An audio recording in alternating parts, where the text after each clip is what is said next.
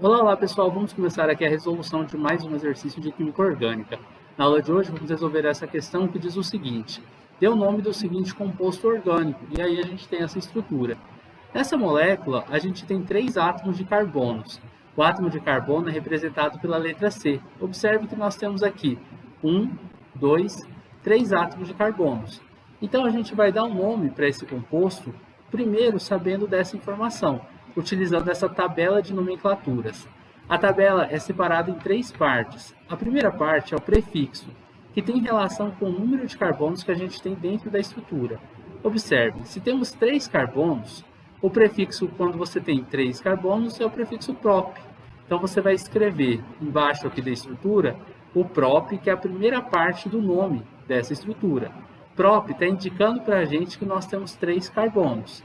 Depois de escrever o prefixo, eu venho para o intermediário. O intermediário, ele pode ser an, en ou in.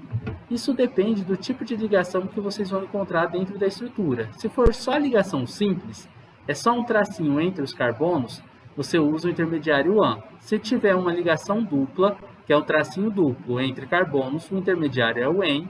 E se tiver uma ligação tripla, que são 3 tracinhos entre 2 carbonos, o intermediário é o in. Observando essa estrutura, a gente percebe que só temos tracinhos simples.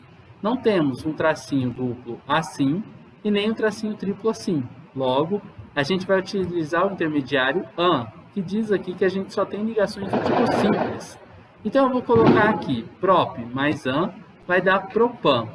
A última parte do nome tem relação com a função orgânica que a gente tem.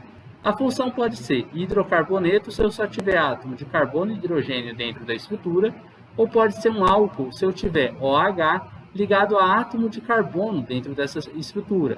Observem que aqui nós temos a função álcool, porque aparece OH ligado a este carbono 1 e outro OH ligado ao carbono 2.